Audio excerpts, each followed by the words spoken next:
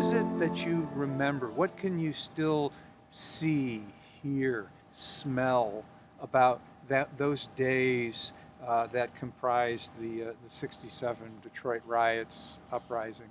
I remember Martin and I took a walk in and around Lafayette Towers, and he wanted to buy we had no money. We wanted to buy a condo in Elmwood Park. I didn't, he did. He called his father, and his father would not give him any money, and I was thrilled. And the next call was from his boss, Dr. Bing, and he said, Martin, there's something going on. We didn't know what it was. Something going on downtown. I want you to manage the medical troops. So off he walked, because we were practically around the corner from Detroit Receiving. And then everything really happened. I was scared. I was very frightened. I was 9 months pregnant, and we lived on the 21st floor. And I looked down and I saw soldiers with, I don't know what kind of guns they were, but they were great big guns.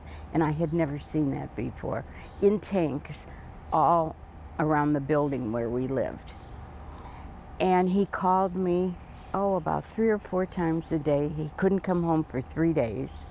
And he said that there were many, many more murders than was reflected in the newspaper. He also told me that he looked at these men and he could see the hatred in their eyes because he was white when he was trying to help them. It was just a very, very frightening time. Did you have any sense, since you were, not that far away from the core of the city, that some of it could spill over into where you were living? I thought so, but I was on the 21st floor, so I knew they couldn't get me way up there.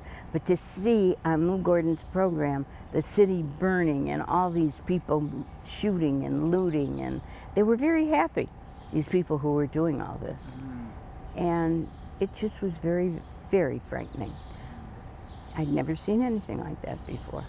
Is there something that you maybe see from your unique angle or perspective that might tell us about how far Detroit's come, how far it still has to go, etc.? I think it has come a long way. Thank God for Mike Ilitch and Daniel Gilbert for putting up all these buildings and getting things moving, but there's so very much more to do. To me, the big factor in Detroit is the schools. All our young people are moving downtown and loving it. They get married, they have children, then they have to move back to the suburbs because the schools down there are so poor. I drove downtown for the first time, in many years, all over downtown last week. I was with a friend of mine. She was like a tour guide. And I saw everything, and it was very, very exciting to me. And I was very pleased, but there's a long, long way to go.